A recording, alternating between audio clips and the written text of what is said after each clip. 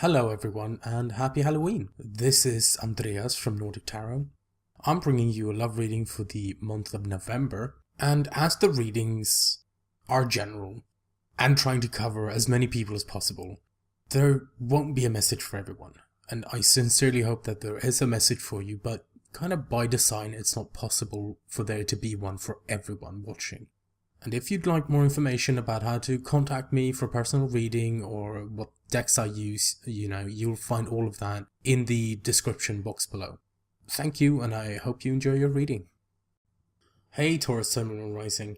This time your underlying energy is death, and the death card can look pretty scary sometimes, but the death card is a card of change, and it being the underlying energy, this is kind of the energy that's permeating throughout the reading.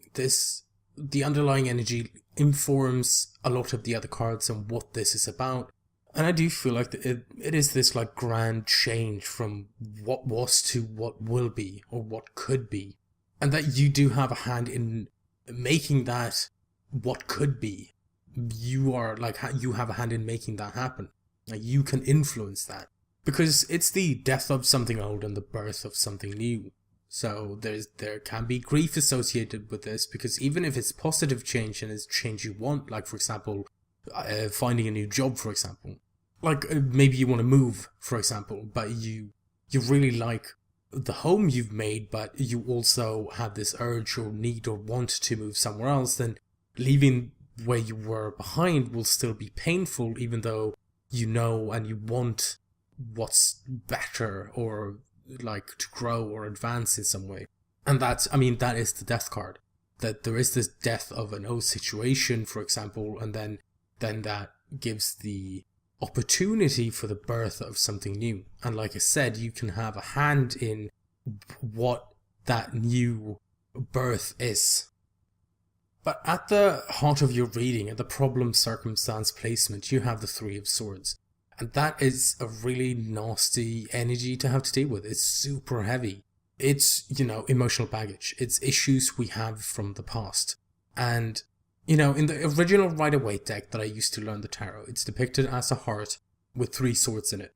But the heart's not bleeding, it kind of implies that these swords have been there for a while. So this is a past issue that you might have been dealing with for a very long time. Something that's difficult to overcome, and that's completely understandable. Everyone has that. But what's crossing this Three of Swords, like this difficult energy of the Three of Swords, is the Nine of Cups. And the Nine of Cups is a manifestation card. This is wishing for more. Like you've reached the stage of having the 9 cups and you're almost at the 10th. And this is kind of you. It is very nice and you can feel quite content and happy with where you are with the 9 of Cups, but you do now have that power, the manifestation power, to reach the final stage of the Cups journey with the 10 of Cups, and that emotional fulfillment and celebration. And looking at it, I feel like it can be 2 things. It can either be that you don't know, like you feel so stuck in the Three of Swords that you don't know what to manifest, you don't know what to wish for. Maybe it looks very bleak. Or it can be that you are stuck in this Three of Swords space, but you are like putting a lot of effort into your manifestation of getting away from that and like making something else for yourself, of taking that next step, getting away from that energy. And I feel like it's just taking a lot of effort either way. Like it's just something you might have been doing for a long time.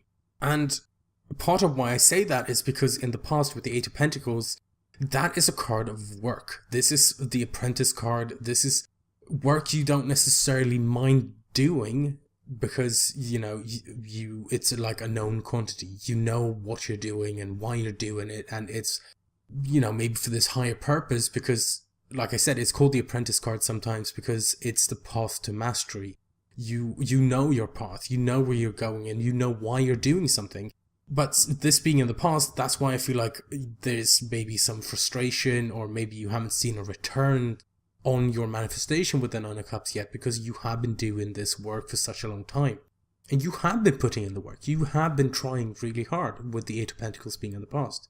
Now, in the present, on the other hand, you have the Knight of Pentacles, which, as far as work goes, is an excellent card because the Knight of Pentacles is a very hard-working person. He, he pays attention to all the details. He takes one step at a time. He takes a step and makes sure everything's fine, and then he can take the next step. He follows the plan. And all the knights, the wands and the cups and everything, they are all about movement. This is someone who's moving. This is not stagnant. It's not stuck.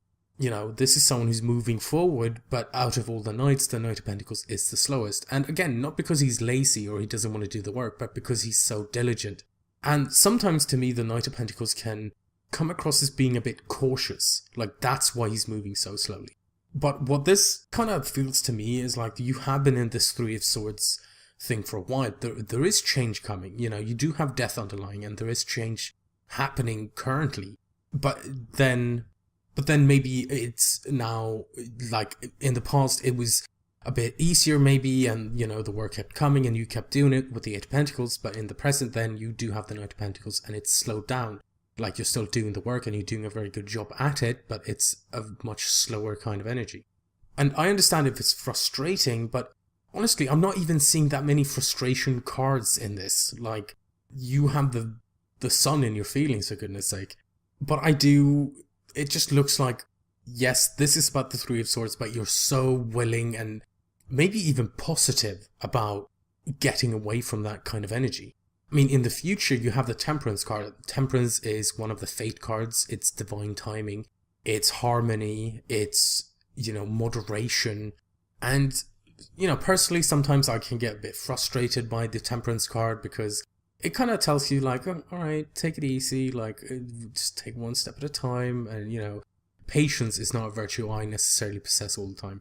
But, then it also does bring this kind of, like, energy of harmony and a balance within yourself. I feel like it's very spiritual.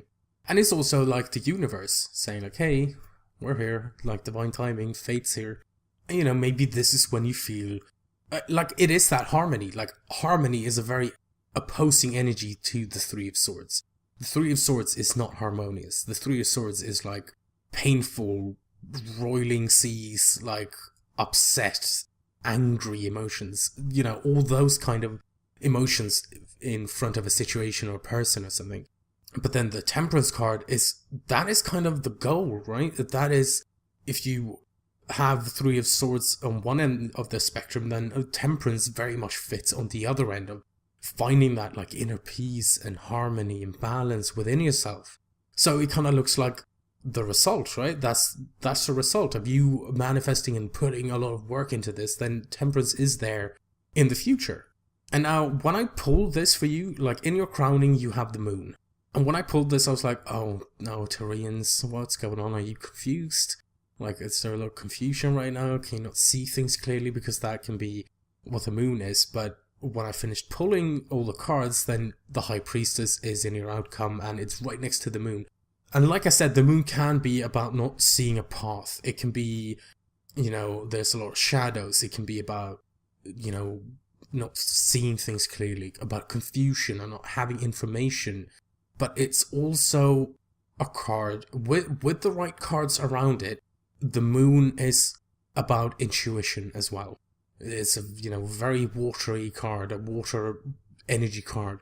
And it's intuition. It's trusting you and the answers you have, and maybe your gut sometimes, like, no, I feel like this is right for me. I can't necessarily explain it, but this is what I want.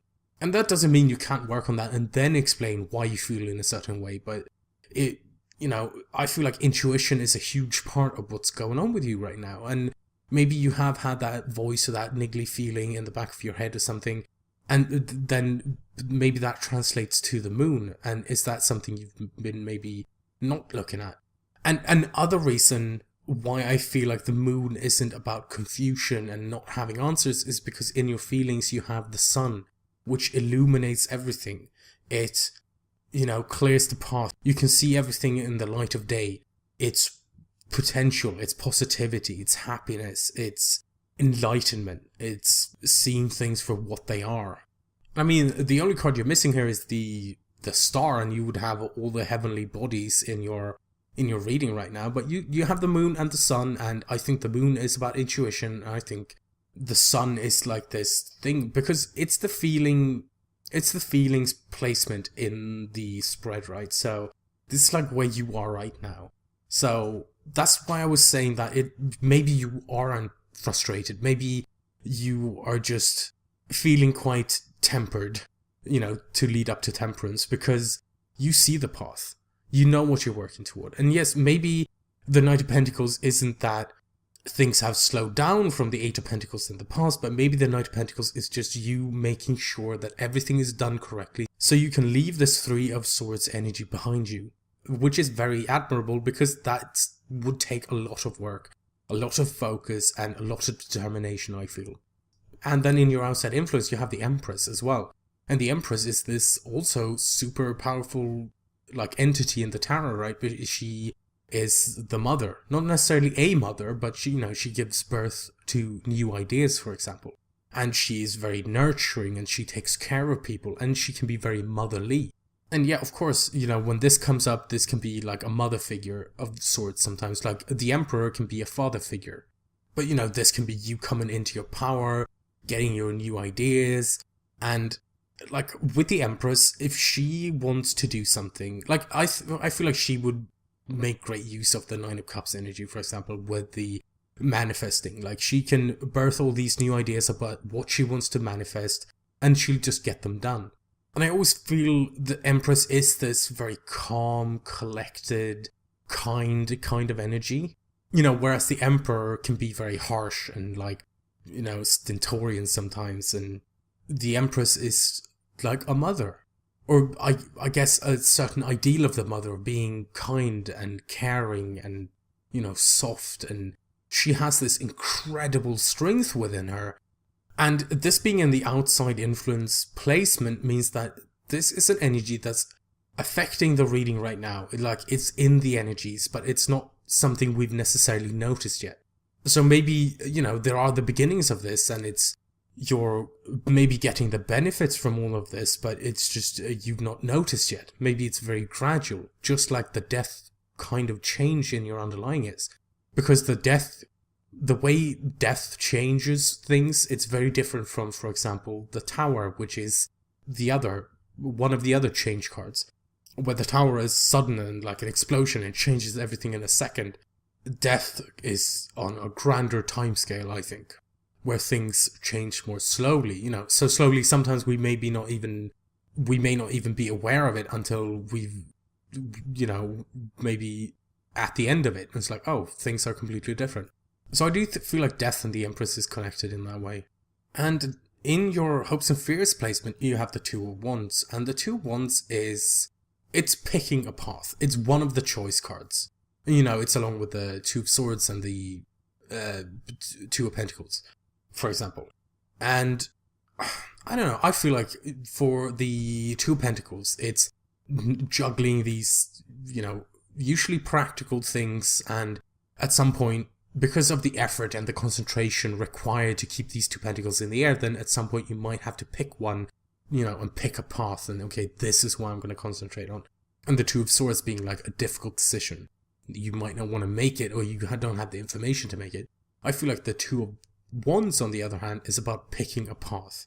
And it can be about picking a path in life. Like, maybe this is part of the Nine of Cups manifestation, right? It's like, oh, when I get over this, because you are working hard and you look quite positive about it. So I feel like you have the mindset of, well, when I change this, because it's definitely going to get changed, because I'm not dealing with this anymore. That's the Two of Wands kind of hopefulness that I feel here. Like, what path am I going to pick when I'm done with this and I've left it behind me? Because, you've walked down that path and now you're at a crossroads where you can pick a new path. And which one are you looking to choose? And I do feel like there's a lot of this, like, looking to the future and, like, planning and building something new from this Two of Wands kind of energy. And I feel like that is a very positive thing to have right there, like, in combination with all these other cards. And now, again, we get to your outcome with the High Priestess. And the High Priestess is the keeper of secrets. Like, sometimes she can be about not having the answer, or someone's keeping a secret from someone else or something like that. But Like, with the moon here and the sun, there's so much intuition, like, coming out of this reading, right? Because she is the keeper of knowledge. Like, because she has so much knowledge. Like, the High Priestess has the answers. She knows what's up, and she is like the card for the tarot. She has the answers. She is all about intuition and kind of trusting that as well. And you have the Empress and the High Priestess here, two extremely powerful women. And like I said, the moon can be about confusion, all these things, with the High Priestess being here, and the sun, again, I feel like it's about having the answers. It's about knowing what to do. It's about intuition. And it looks so powerful to me. Like, you have so much power to change the things you want to change, right? And this Three of Swords, it can definitely have been to do with, like, someone you used to be with. Maybe it's someone you're still with. Like, but there's this issue to get past it, and it looks like you're dead set, so determined to do it. And you're hopeful, and I feel like the advice for you here is essentially to pay attention to your intuition. Maybe open up to your intuition more. Because it looks like you're doing everything else already. With a slight caveat on the Nine of Cups. That maybe if you aren't manifesting, or if you aren't wishing, or if you don't really know what the end might bring, then maybe that's something that's important to bring in. Like, you can combine the Nine of Cups and the Moon. But I want to move on to your Oracle cards, and the first one you have from the Oracle of E is number 25, Living Large. And it reads, "You are drifting in an ocean of gold doubloons. As always, it's your call. You can dive in, you can backstroke all the way to Istanbul, or you can stay on the piddly little raft you've been rowing. But it's all there, rich and luxurious as ever, waiting for your nod. Jump in, the good life is yours." So this can be connected to the moon, about jumping in, trusting your intuition. Like, it's there. All you have to do is grab it, acknowledge it, look at it, and, like, use it. And, maybe it speaks to the Knight of Pentacles as well, that maybe you can even afford to go a bit faster. Maybe paying attention to every single detail isn't necessary. I understand that why you are doing it, and I'm not saying you should stop if you don't want to, but then Living Large is kind of also saying, like, hey, you have, like, this amazing abundance around you. You have so much to take from, and, you can keep going as you have been, but you are just on this tiny raft as well, and maybe that you are able to expand that. Maybe you can make use out of more things. And the next Oracle card is from Wisdom of the Oracle, and it's number 42, Chop Wood. And the essential meanings are being grounded in everyday experience and humility. And at first I thought that Living Large and Chop Wood, they are very opposing kind of statements or advice. Like, one is like, don't worry about it, you have so much to draw upon, you just do whatever, everything's so great, don't worry about it at all. And Chop Wood is like, alright, pay attention to the tiny things, that appreciate things for what they are, and, gotta have humility here. Maybe you're not on a sea of doubloons. But I think that Chop Wood is talking to cards like the Knight of Pentacles. Which is, I was a bit hesitant of talking about the Knight of Pentacles relating to Living Large, but, like, Chop Wood is, the Knight of Pentacles is very good at that. He pays attention to the everyday kind of things, the details, and what's going on here. And, the Chop Wood can also be about appreciating the everyday effort you're putting into things. But it can even be that you are, even in your everyday life, you have this Living Large kind of energy around you, but where maybe you do have more to draw upon, even in your everyday, like, minuscule little, like, seemingly meaningless activities that you do, but it's all, for your greater good and to serve you in some way, maybe. So I think they actually work quite well together, and it can even be about, yes, Chop Wood is talking about humility, but maybe the everyday isn't as mundane and boring and whatever as we think it is. Maybe Living Large, that kind of energy is around there, kind of saying like, hey, things are pretty cool right now, you're doing a really good job. It can be a lot of different things, but honestly, looking at your reading, I'm so impressed, and I'm like blown away, because you look so dedicated, you look like so on track, and you're like putting the work in, and you're like honestly, the only card that is like scary and like worrisome or something that looks painful here is the Three of Swords. Like, it looks like you want the death energy. You want that change to happen. You've been putting the work in. You are very clear on things with the sun in your feelings. You're hopeful and looking to make a choice regarding a new path in life with the Two of Wands. You have Temperance in the future. They're saying like, hey, we're here when, harmony's here when you want it. You have both the Moon and the Priestess talking about like huge amounts of intuition and answers. And I don't know, I'm pretty blown away by the cards you got. And I sincerely hope it resonates with as many people as possible. So there we are. That was your reading for November. The energies were pretty tough in some regards this time around. I did my best with all of your readings, but sometimes it just doesn't come together without a struggle, Before I go, I'd like to wish you a happy Halloween once again, and remind you that if you want to contact me about a personal reading or check out the decks I use, the information is in the description box below. I'd also like to thank all of you for watching and supporting me. I do read all your comments and reply to as many as I'm able to. Once again, thank you and happy Halloween.